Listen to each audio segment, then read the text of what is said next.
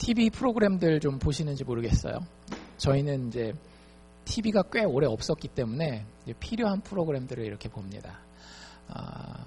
지금으로부터 한 7년, 8년 전으로 거슬러 올라가서 2009년에 제가 봤던 프로그램이에요.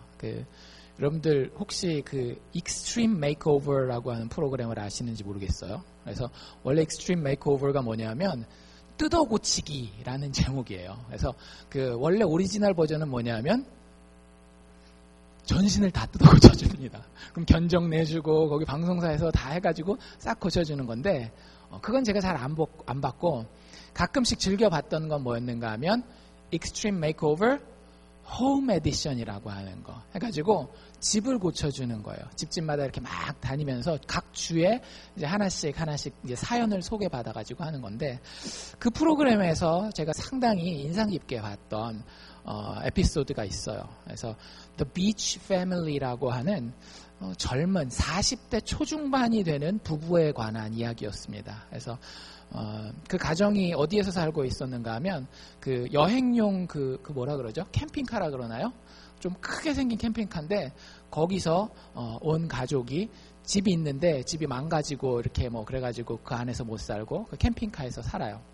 이 사람들의 사연은 이렇습니다. 키마라고 하는 도시가 텍사스에 가면 있대요. 키마, 텍사스. 근데 거기에서 고등학교를 졸업하고 미국말 표현에 이런 표현이 있죠. High School Sweetheart. 해서 고등학교 때 이렇게 사귀어가지고 결혼을 한 그런 커플이에요. 근데 문제는 뭐였는가 하면 한국 부모들도 보수적이긴 하지만 이제 미국 부모들도 아주 이제 보수적인 분들이 있단 말이에요. 그래가지고 이분들이 결혼할 때 보통 한국도 그렇고 미국도 그렇고 신부 누가 이렇게 데리고 들어오죠?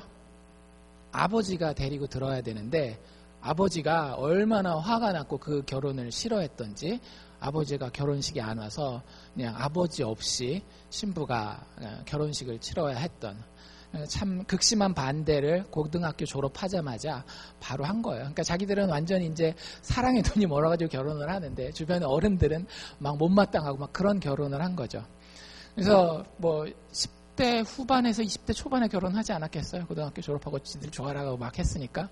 그래서 한 23년 정도를 같이 살았습니다. 그러니까 40대 초반, 중반 들어갈까 말까 한 그런 커플인데 처음에 힘들었겠어요? 안 힘들었겠어요? 힘들죠. 고등학교 졸업하고 결혼해서 가질 수 있는 잡도 뻔할 것이고 부모들이 그렇게 싫어하는 결혼이면 뒤에서 서포트도 거의 해주지 않았을 확률이 아마 큽니다. 그래서 참 힘들게 살았는데 그래도 1년 지나고 2년 지나고 5년 지나고 10년 지나고 하면서 나름대로 열심히 살고 자리를 잡으면서 자기들 자녀들도 가지고 하면서 가정이 그래도 나름대로 아름답게 이렇게 잘 만들어져 갔습니다. 그러던 가운데에 이 사람들이 이제 철이 좀 들기 시작하는 거예요. 아름다운 가정, 정말로 이렇게 편안한 가정을 가진다라고 하는 것이 참 소중한 것이구나. 우리는 그냥 너무 막 쉽게 우리 가정들이 다 평안하고 그런 것들을 많이 경험하다 보면 가정의 소중함을 모를 수가 있잖아요. 그런데 정말 어렵게 가정이 1년 지나고 5년 지나고 10년 지나면서 너무 힘들던 상황에서 나름 이제는 자리를 잡고 편안한 모습을 보면서 감사한 마음이 들었어요.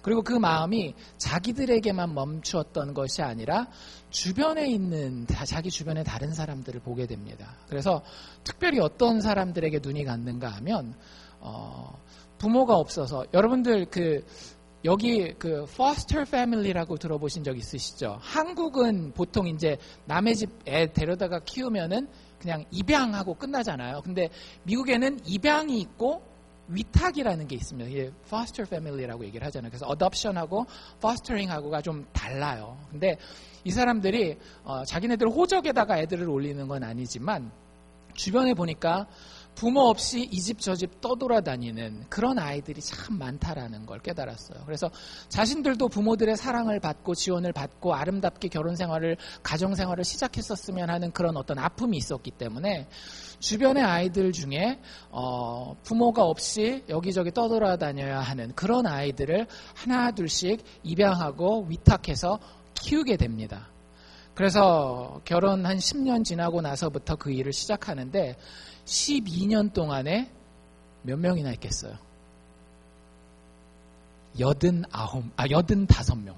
85명의 아이들을 데려다가 위탁받고 혹은 입양해서 키우고 크면 또 독립해서 보내고.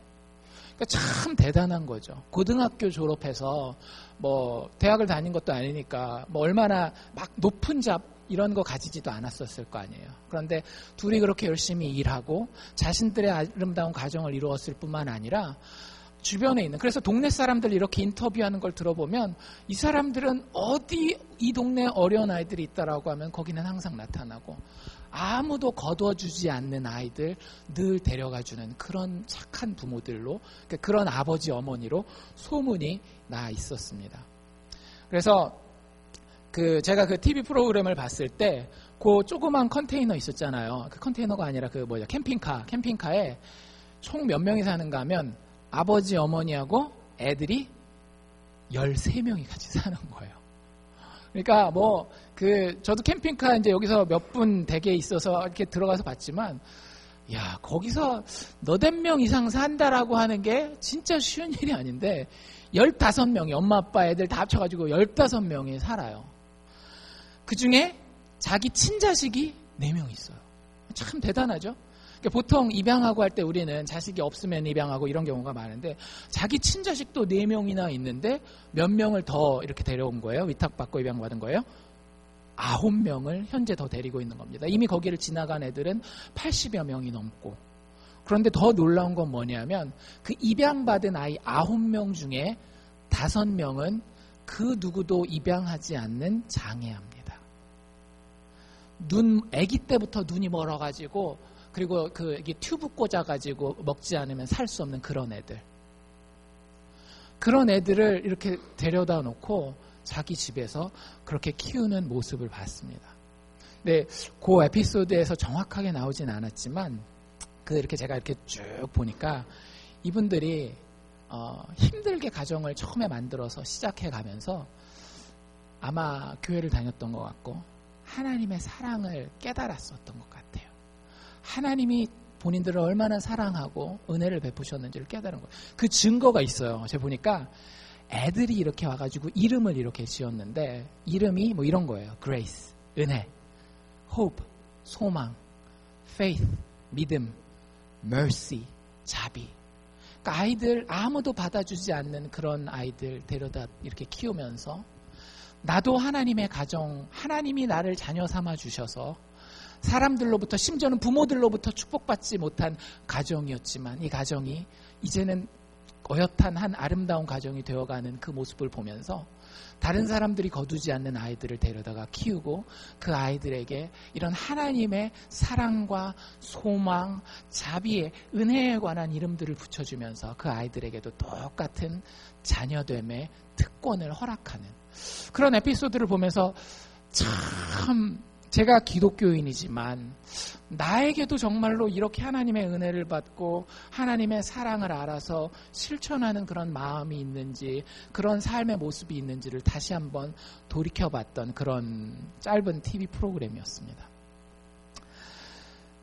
제가 이 이야기를 먼저 소개하는 이유는 뭔가 하면 여러분들 어떤 가정에 자녀가 된다라고 하는 것은 참 큰 특권입니다. 사실 우리는 한국은 이 혈연이라고 하는 게 참 중요하기 때문에 웬만하면 우린 다 부모님들 슬하에서 컸잖아요. 그런데 의외로 이 세상에는 부모님 슬하에서 크지 못하는 경우가 참 많이 있어요. 그런 사람들에게 자녀가 된다라고 하는 것, 어떤 한 가정의 아들이 된다라고 하는 것은요, 참 놀라운 특권입니다. 그런데 성경은 우리에게 우리가 바로 그런 특권 받은 자라고 이야기하고 있다라고 하는 거예요. 지금 우리가 계속해서 살펴보는 이 이야기, 탕자의 이야기, 둘째 아들의 이야기 있잖아요. 이 이야기가 사실은 여러 가지 것들을 강조하고 있지만 이 아들 되는 것에 대해서 상당히 강조하고 있고 그게 얼마나 큰 특권인지를 이 이야기를 듣는 청자들과 이 이야기를 읽는 독자들에게 꼭 전달해주고 싶어하는 간절함이 이 이야기에 들어있어요. 우리가 잘 아는 것처럼 한 부자 아버지에게 아들이 몇 명 있었어요? 2명 있었잖아요. 그런데 그 중에 누가? 작은 아들이 부모님의 재산을 달라고 얘기를 합니다. 이거 뭐라고 얘기하는 것과 똑같다라고 얘기했죠? 부모한테? 아버지? 죽어버려요. 왜냐하면 유산은 언제 받는 거니까. 아버지 죽은 다음에 받는 거니까. 그러니까 아버지와 아들됨의 관계를 끊어버리는 거예요. 아들 스스로가. 그리고 나서는 그 재산을 다 모아가지고 어디로 갑니까? 먼 다른 나라로 가서 그 나라에서 어떻게 해요? 허랑방탕하며 살다가 결국에는 받은 유산도 다 써버리고 그 땅에 흉년이 드니까 정말 비참하게 다른 사람이 그 자기네 나라에서는 하지도 않는 돼지 치는 일 같은 거 하면서 돼지 음식도 아유 있을까 없을까 해가지고 그렇게 근근히 살아가는 도중에 제정신이 들죠. 이걸 우리가 두 글자로 뭐라 그랬어요? 회개라고 얘기를 했잖아요. 제정신이 들어서 내 아버지가 그렇게 은혜로운데 내가 여기서 지금 뭐하고 있는 노릇인가 해서 아버지 앞에 돌아가는 그런 이야기가 사실은 탕자의 이야기란 말이에요. 그런데 우리가 어디까지 했었는가 하면 이 탕자가 둘째 아들이 돌아가기로 작정한 데까지 했었어요. 기억나세요? 지난번에 회개 얘기를 할 때 아버지 앞에 돌아갔을 때 내가 무슨 말을 할까를 막 연습했었어요. 혹시 뭐라고 얘기하려고 했었는지 기억나시는 분 계세요? 아버지한테 돌아가서 이렇게 얘기하려고 했습니다. 처음에 아버지 내가 잘못했어요 라고 얘기하려고 그랬어요. 그쵸? 뭐라고? 하늘과 아버지께 내가 죄를 범하였습니다. 그 다음에 뭐라고 얘기를 하려고 그랬냐면 그렇기 때문에 내가 더 이상은 아버지 죽어버려요 라고 얘기한 상황에서는 더 이상 아버지의 아들이라 일컬음을 감당할 수가 없습니다. 저도 체면이 있고 양심이 있죠. 더 이상 아버지의 아들 아니고요. 그래서 뭐라고 얘기하려고 그랬어요? 당신의 종들 중에 품꾼들 중에 하나로 나를 봐주시기를 원합니다. 그 대사를 막 연습하고 있는 데까지 저희가 했어요. 그리고 오늘 21절이 드디어 그 대사를 연습하고 아버지 앞에 딱 선 그 장면입니다. 아버지가 막 어깨를 끌어안고 입 맞추고 막 이러고 있는데 아들이 자기가 이제 준비한 대사를 하는 거예요. 21절 제가 다시 한번 읽어드릴게요. 아들이 가로되 뭐라고 이야기합니까?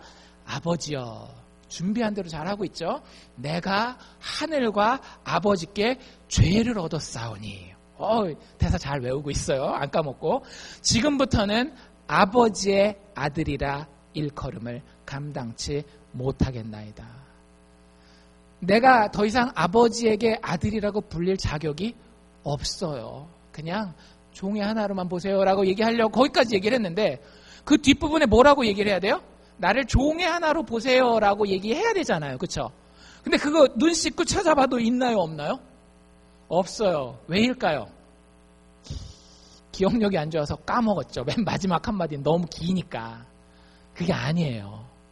말을 쭉 하고 있는데 22절에 보면 어떤 얘기가 나오는가 하면 아들이 말을 계속 하고 있는 상황이에요. 근데 제가 아버지의 아들이라 일컬음을 감당치 못하겠습니다까지 딱 말했는데 아버지가 말을 딱 꺼내는 거예요. 뭐라고?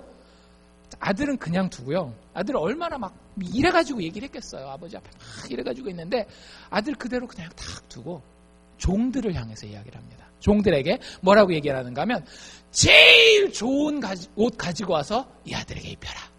얼마나 여러분들 지금이야 뭐 메이커 옷 입는 거 별거 아니지만 옛날에는 옷이 재산이었어요. 그 요셉 이야기 같은 거 보면 채색옷 같은 거 그거 상당히 비싼 거였습니다. 한 살림 하는 거예요. 그 중에 제일 좋은 옷 이 아들에게 입히는 거예요. 그 다음에 여기 보면 이 문화적인 걸 좀 이해하셔야 되는데 손에 가락지를 끼우래요. 가락지가 우리 쉽게 알아듣는 말로 뭐예요? 반지잖아요. 반지. 에이 남자애한테 반지 이게 뭐야? 이게 반지가 이유가 있어요. 이 반지가 뭘까요? 영어 표현으로는 signet ring이라 그래요. 요즘에는 계약할 때 여러분들 비즈니스 계약하고 여러분들이 가정을 대표해서 계약할 때 어떻게 해요? 한국 같으면 도장을 찍고 미국 같으면 사인을 하잖아요. 옛날엔 그런 게 없었거든요. 종이 자체도 없고 연필도 없고 그러니까 어떻게 했겠어요? 여기 양초 같은 거 이렇게 놓고 도장에 자기 집에 문장이 새겨져 있습니다. 이게 반지에. 그럼 어떻게 하면 돼요?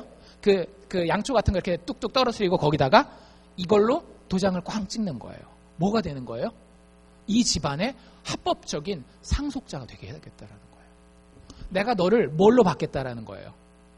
아들로 받겠다라고 하는 거예요. 자기는 뭐라고 얘기를 했어요? 나는 아버지 아들 될 수 없는 정말로 잘못한 사람입니다 하는데 아버지가 그 말 그대로 받아가지고 말은 하지 않지만 어떻게 하는 거예요? 무슨 얘기야? 넌 나의 상속자야. 도장을 찍어주는 거예요. 얼마나 좋습니까? 우리 하나님 그러신 분이에요. 그리고 아들의 마음까지 다 알아요. 아들이 마지막 한마디 뭐라고 얘기하려고 그랬어요? 나를 종으로 삼아 주십시오. 나도 체면이 있지. 이 얘기 하려고 그랬거든요. 근데 아버지가 반지 끼워준 다음에 뭐 하라 그랬을까요? 손에 가락지를 끼우고 발에 신을 신기우라. 이게 무슨 얘기냐면요. 그 당시에 노예들은 신발을 신지 않았습니다. 신발은 누구만 신는 거예요? 자유인들만. 무슨 얘기인지 아시겠죠? 아버지가 이 아들의 마음을 꿰뚫어 보고 있었던 거예요. 막 이렇게 찌그리고 막 그 다음 할 말까지 다 알고 있었던 거예요. 나 이제 종으로 봐주세요 하는데 아버지 뭐라고 얘기를 하는 거예요? 종은 무슨? 너는 내 아들이야. 신발 신겨주는 거예요. 얼마나 좋습니까? 살찐 송아지를 끌어다가 잡아서 우리가 먹고 마시는 잔치를 하자라는 거예요. 이런 아버지가 있으면 얼마나 좋습니까? 하늘 아버지가 우리에게 이런 분이세요. 우리가 아버지 앞에 나아갈 때에 우리가 부족한 것 있고 우리가 참 하나님 앞에 잘못한 것들 있다 할지라도 하나님 그거 다 아시면서도 우리를 자녀 삼으시겠다라고 이야기를 하고요. 우리가 속으로 얼마나 창피하고 수치스러운지도 알면서 우리를 품어주시는 거예요. 아니야, 너는 나의 아들이야 라고 이야기를 해주시는 겁니다. 그리고 아들을 향해서 이렇게 얘기를 해요. 내 아들은 죽었다가 다시 살아났으며 내가 잃었다가 다시 얻었노라. 그 당시에 아들 된다라고 하는 것, 입양된다라고 하는 것은 오늘날 우리가 생각하는 그냥 이 뭐라 그래야 될까, 감성적으로 아버지 있고 아들 있고 이렇게 막 따뜻하게 안아주고 이런 정도가 아니었다라는 걸 우리가 조금 알 필요가 있습니다. 그 당시 이제 그 그리스 로마 문화의 영향을 받은 상황이었거든요. 유대인들 자체가. 그래서 성경에, 특별히 신약 성경에 나와 있는 입양, 아들 된다라고 하는 것은 어떤 한 사람의 지위까지 보여줍니다. 아까 그 종과 자유인이 다르다라고 말씀드렸잖아요. 반지를 가진 자와 그 집안에서 반지를 가지지 못한 자가 차이가 있다라고 말씀드린 것처럼 실질적으로 아들 된다라고 하는 것은 상당히 그 특별한 신분이 바뀌는 그런 문제였어요. 그래서 로마에 보면 입양하는 케이스들이 있습니다. 그런데 참 특이한 건 뭐냐 하면 성경에서 우리들을 하나님이 자기 자녀 삼아준다라고 했을 때 그 당시 로마 사람들이나 로마 문화에 익숙해 있는 이스라엘 사람들이 들으면 좀 이상하다라고 생각하는 그런 묘사가 참 많이 나와요. 그게 뭐냐 하면 여러분들 보통 입양을 하면 누구를 입양합니까? 한국 사람들 같은 경우도 대개 자기 아는 사람, 친척들이 이렇게 입양하거나 그런 케이스들 보신 적 없으세요? 보통 자기가 아는 사람이나 연결된 사람을 통해서 입양하는 경우가 많아요. 예를 들면 옛날 이야기지만 장남이 아들이 없으면 이제 동생네 아들을 갖다가 이렇게 호적에다가 이렇게 장손을 잇기 위해서 입양하고 이런 케이스들이 있었잖아요. 그렇죠?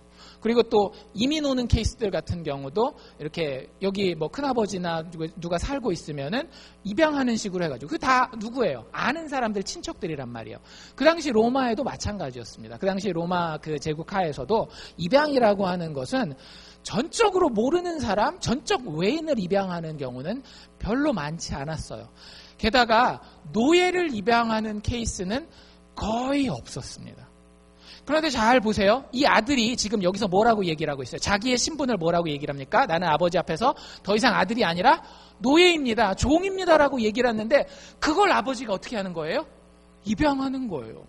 야, 노예를 입양하는 게 어디 있어? 이 글을 실제 읽는 사람들은, 이 이야기를 예수님으로부터 들었었던 사람들은 충격이었던 거예요. 무슨 자격이 있는 사람을 입양을 해야지 노예를 입양한단 말이야. 이런 생각을 하고요. 그 다음에 그 당시 또 일반적인 입양 문화가 뭐였는가 하면 입양을 할 때는 조건이 있습니다. 그 사람 입양하는 부모에게, 아버지에게 아들이 없는 경우, 상속자가 없는 경우에 입양을 해요. 만약에 상속자가 합당한, 적법한, 합법적인 상속자가 있는데 아들을 입양하면 어떻게 될까요? 그 집안은 콩가루가 되는 겁니다. 왜 아버지 나 친아들인데 피도 한 방울도 안 섞인 저놈한테 유산을 나눠주는 거예요? 막 이래가면서 집안이 막 난리가 나는 거예요. 그렇기 때문에 로마 법률을 해석하는 데 있어서도 만약에 그 노예나 모르는 사람을 입양했다 할지라도 실제 상속자의 상속에 그 어떤 손해를 끼치는 경우가 있으면 그 입양을 무효로 할 수 있는 그런 사례들도, 케이스들도 있습니다. 그 당시에 그 법적인 기록들을 보면. 그러니까 그 상속자가 있을 때 입양한다라고 하는 것은 거의 상상해보지 못하는 일이에요. 그런데 잘 생각해 보세요. 여러분들 하나님 아버지에게서는 합법적인 상속자가 있었습니까? 없었습니까? 하나님 아버지에게는 예수 그리스도라고 하는 합법적인 독생자 상속자가 있었던 거예요. 우리랑 비교해 봤을 때 뭐 떨어지는 거 있어요? 모든 면에서 의로우시고 모든 면에서 아버지의 뜻에 순종하는 하나님에게 가장 만족스러운 아들이 있는 상태였어요. 그런데 어떻게 하셨더라고요? 죄인 되고 하나님을 대적하고 하나님을 모른 척하는 우리를, 종과 같은 우리를 하나님이 자녀 삼아 주신다라는 이야기를 이 탕자의 이야기를 통해서 해주고 계시는 거예요. 여러분들 이 이야기는요, 신약 성경에 우리를 아들을 삼았다라고 하는 것은 노예를 해방시켜서 입양하는 이 하나님의 독특한 행동이 우리를 얼마나 사랑하시고 우리에게 얼마나 큰 호의를 베풀기를 원하는지를 이야기하고 있는 겁니다. 내가 너희를 이렇게 사랑해, 좀 알아줬으면 좋겠어 라고 우리에게 간절한 메시지를, 사랑의 메시지를 하나님이 우리에게 던지고 계시는 거예요. 가끔 가다가 이 좀 이제 많이 현대화되신 분들은 이 이야기를 읽으면서 좀 부담스러워 하시는 분들이 있어요. 왜 아들만 이렇게 잘해주는지. 딸 얘기는 하나도 안 나오잖아요. 그래서 그 어떤 성경 번역본에 보면 brothers라고 하는 그 단어를 brothers and sisters로 이렇게 번역하는 번역본도 있는데, 여러분들 성경에 나와 있는 이 모든 비유들은요, 다 이유가 있어요. 남자들도 뭐라고 불러요? 성경에서 보면 그리스도의 신부, 뭐 그런 거 보면 똑같은 거예요. 여자들을 하나님의 아들 삼았다라고 하는 것도 다 이유가 있어서 그런 겁니다. 무슨 이유가 있어서 그럴까요? 여러분들 아까도 얘기를 했지만 아들이라고 하는 것은 단지 그냥 인간적인 혈연 관계가 아니에요. 그 사람의 지위를 이야기를 하는 겁니다. 합법적으로 부모로부터 모든 축복을, 모든 재산을 물려받을 상속권을 가진 자를 부를 때에 쓰는 단어가 아들이라고 얘기를 하는 거예요. 그래서 피 한 방울 안 섞였더라도 그 사람을 아들 삼았을 때는 그 사람이 그 모든 재산을 상속받을 수 있는 권리를 가지게 된다라고 하는 거죠. 이게 사실 그 바울 서신에 보면 아주 잘 나와 있어요. 갈라디아에서에서 사도 바울이 이렇게 얘기를 합니다. 너희가 다 믿음으로 말미암아 그리스도 예수 안에서 하나님의 아들이 되었다라고 이렇게 되어 있어요. 이걸 성경 번역을 잘못하는 사람들은 하나님의 아들과 딸이 되었다 이렇게 번역하기 쉬운데 아니에요. 아들이 된 거예요. 왜? 그 당시에 예수님 당시에 바울 당시에 딸들은 재산을 물려받으니까 못 받으니까. 딸들은 재산을 물려받지를 못합니다. 그러니까 사회적인 지위로 아들과 딸이 그렇게 달랐어요. 그게 맞다는 얘기가 아니라 그 당시에 그런 문화가 있었다라고 하는 거예요. 아들만이 하나님 앞에서, 부모님 앞에서 재산을 물려받을 수 있는데 그리스도 예수 안에서 우리는 다 뭐가 되었다라고요? 아들이 되었다라고요. 그리고 나서 그 뒤에 뭐라고 붙이는가 하면 누구든지 그리스도와 합하여 세례를 받은 자는 그리스도로 옷 입었나니 그게 유대인이 됐건 헬라인이 됐건 종이 됐건 자유인이 됐건 남자가 됐건 여자가 됐건 다 예수 안에서 아들이니라. 상속자니라. 하나님이 약속한 모든 축복의 좋은 것들을 받는 게 남자 여자의 구분이 있다라는 거예요? 없다라는 거예요? 없다라고 하는 거예요. 하나님이 우리를 그렇게 사랑하십니다. 그 문화가 남자를 높이고 여자를 차별하는 문화가 됐건 뭐 공부를 잘하는 사람을 높이고 공부를 잘 못하는 사람을 낮추는 문화가 됐건 어떤 문화가 됐건 우리가 그리스도 예수를 믿음으로 옷 입는 동시에 하나님은 아무 차별 없이 우리를 아들, 즉 상속자라고 불러주시겠다라고 하는 거예요. 그러니까 이 이야기를 듣는 예수님 당시에 참 천대받고 무시받고 어려움 가운데 있었던 사람들이 어떤 마음을 품겠어요? 희망이 생기는 거예요. 내 하나님이 나의 아버지가 되셔서 나를 아들이라고 불러주시는구나. 아까 그 익스트림 메이크오버 홈 에디션 그 이야기 다시 한번 말씀을 드리면 이제 그 비치 패밀리 이제 찾아가서 여러 가지 인터뷰를 합니다. 어떻게 살아왔는지 거기 애들도 뭐 9명이나 되고 뭐 이렇게 자기 애들 4명에서 13명이나 되는 애들도 막 인터뷰를 하는데 그 중에 하나의 인터뷰가 저한테 참 인상 깊었어요. 이름이 미켈라라고 하는 아이였거든요. 근데 이 미켈라가 10대 소녀예요. 한 16살쯤 그 당시에 됐었는데 그 아이를 인터뷰하는데 그 아이도 참 사연이 있더라고요. 여러분들 입양할 때 보통 몇 살짜리 아이들 입양하나요?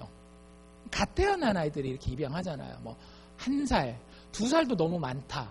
뭐 몇 개월 이렇게 입양하는 경우가 참 많이 있는데 이 아이 같은 경우는 어려서부터 엄마 아빠가 알코올 중독, 마약 중독 이래가지고 동생 둘이 있어요. 자기보다 어린 동생 둘을 데리고 여기저기 부모한테 학대받고 막 이러다가 결국에는 부모도 이제 그러면 미국에서는 떨어뜨려 놓잖아요. 그래서 걔 foster family 위탁 가정에 가서 이렇게 사는데 무려 8군데나 되는 가정을 이렇게 떠돌아다니는 거예요. 근데 이 아이의 마음 가운데 상처가 너무 많아요. 여러분들 위탁 가정을 해보신 분들 혹시 계세요? 아니면 주변의 백인들 중에 그거 하는 사람들 본 적 있으세요? 이게 위탁하잖아요. 아이를 이렇게 맡으면 나라에서 나오는 돈이 있는 경우가 있어요. 보조비로 나오는 게. 그러면 어떤 가정은 그걸 이용해 먹으려고 애들을 이렇게 위탁받는 경우들이 있습니다. 근데 그런 가정들 만날 수 있잖아요. 얼마든지. 사람 사는 데인데. 그러니까 8가정을 돌아다니면서 애가 상처가 너무 컸던 거예요. 그 가정에서 떠나갈 때쯤 되면 그 가정에서도 뭐라고 얘기를 하는가 하면 야, 우린 더 이상 널 사랑하지 않아. 너 필요 없어. 이제 너네들 떠나버려. 이렇게 얘기를 하는 거예요. 그러면서 그러다가 이제 뭐 조금이라도 애가 뭐 문제가 있고 뭐 말썽이라도 피웠고 그러면은 거기다가 뭐 거의 저주처럼 너 같은 놈은 너 같은 애는 어디 가서도 예쁨 받지 못할 거야. 네가 무슨 사랑을 받? 그러니까 네 부모도 너를 버렸지. 막 이런 말을 들어가면서 8가정을 전전전 이렇게 하면서 지 동생 둘 데리고 이렇게 다녔던 애예요. 그래서 자기가 그러더라고요. 자기 마음 가운데에 이런 자아가 형성됐더라고. 어떤 자기 자신에 대해서 이런 생각을 늘 가지게 됐대요. 이 세상에선 누구도 나를 원하지 않아. 얼마나 불쌍해요. 근데 이 비치 패밀리를 만났는데 이 가정에서는 자기를 있는 그대로 받아주는 거예요. 거기서 자기가 처음 배웠대요. 나도 사랑받을 수 있구나. 나도 사랑받을 수 있구나. 내가 실수하는데도 나를 용서해주는, 내가 진짜 아버지라고 부를 수 있는 사람이 세상에 있구나 라는 걸 깨달았다라고 하는 거예요. 여러분들, 우리가 정말로 예수 믿는다라고 한다면 이러한 마음에 사랑받는 감정이, 이런 경험이 있는지 물어봐야 합니다. 그저 예수 믿는 것이 종교적인 행위가 되어서 교회에 왔다 갔다 하고 하나님 앞에 똑바로 살면 하나님이 나에게 축복해 주시고 아니면은 벌 받을까 봐 두려워하고. 로마서 8장 15절에 이런 말씀이 나와 있어요. 너희는 다시 무서워하는 종의 영을 받지 않았다라고. 여러분들, 종은요, 하나님 앞에서 우리가 여전히 종으로만 있다라고 한다면, 종교인으로만 있다라고 한다면 내가 얼마나 해야 이분을 만족시킬지를 알 수가 없는 거예요. 그렇지 않아요? 내가 이만큼 하면 저 사람이 만족할까? 답이 없어요. 열심히 해놓고도 무서운 거예요. 저 사람이 다른 거 꼬투리 잡아가지고 나를 혼내면 어떡하지? 나를 해코지하면 어떡하지?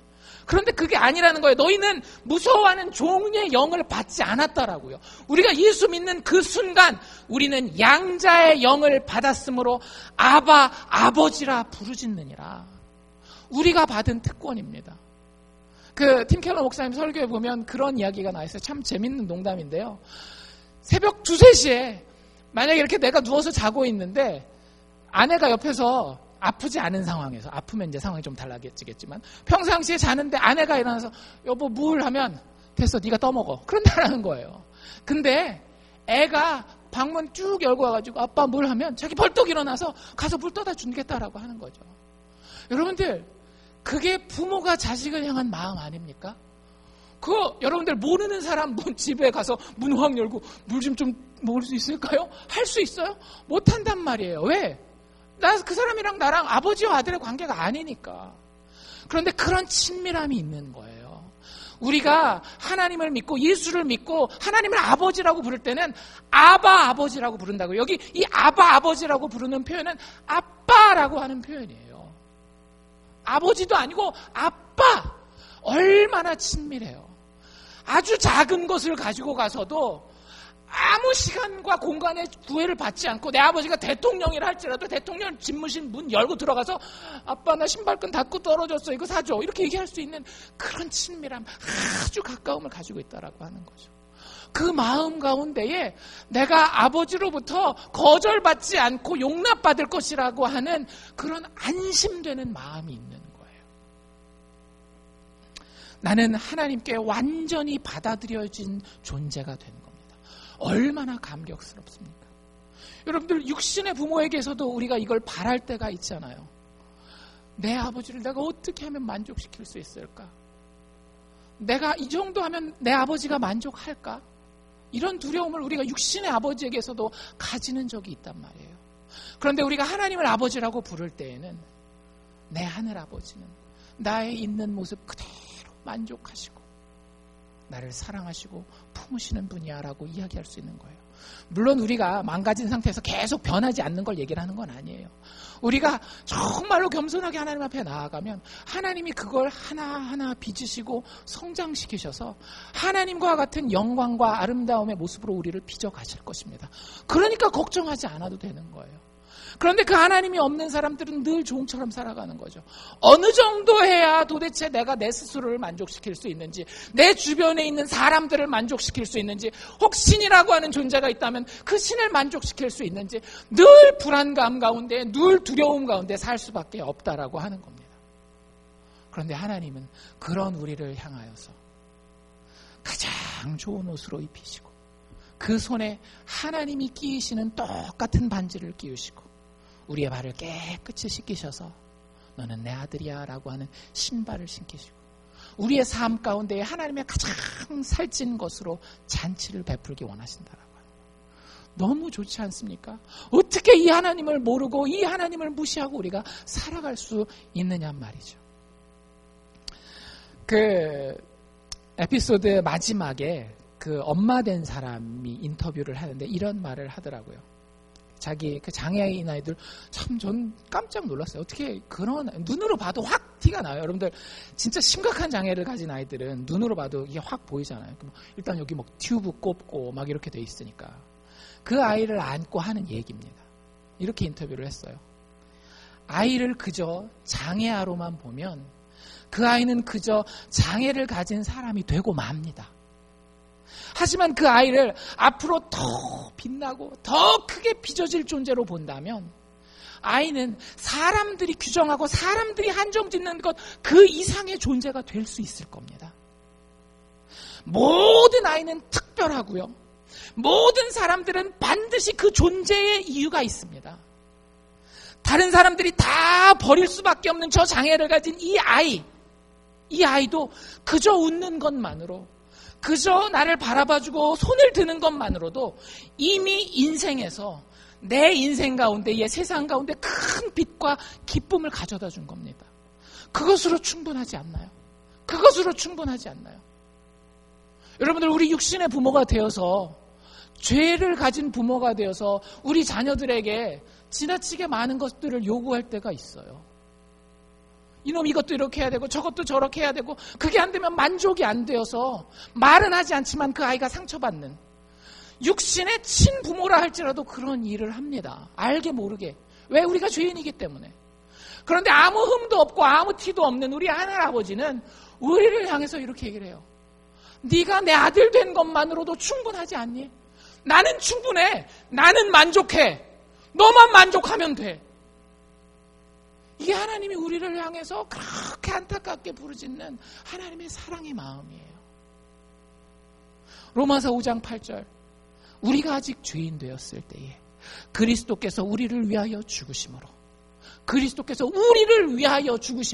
하나님의 합법적인 상속자이신 맏아들 되신 예수 그리스도께서 우리 죄인된 종된 우리를 위하여 죽으심으로 하나님께서 우리에게 대한 자기의 사랑을 확증하셨느니라. 아멘. 아멘. 아버지가 뭐라고 얘기를 했다고요? 이 내 아들은 죽었다가 다시 살아났으며 내가 잃었다가 다시 얻었다라고 얘기를 했어요. 이게 가능한 이유가 있습니다. 예수 그리스도 때문이에요. 우리의 죽음 대신 독생자 되신 예수 그리스도께서 죽으심으로 우리를 다시 살리신 아버지의 사랑, 우리가 방황해야 되는 것 대신 독생자 아들 예수 그리스도를 십자가에 잃어버리심으로 우리를 다시 돌려받으신 얻으신 하나님 아버지의 사랑, 그것이 바로 우리가 하나님 앞에 아들 되었다라고 하는 것의 의미입니다. 여러분들은 이 특권 앞에 어떻게 하시렵니까? 이 특권은 이미 우리에게 던져져 있습니다. 과연 우리가 하나님 앞에 가서 내가 아들 될 자격 없지만 주님 나를 아들 불러주신다면 주님 내가 아빠라고 부를게요, 이렇게 말씀하실 믿음의 용기가 있으십니까? 기도합시다.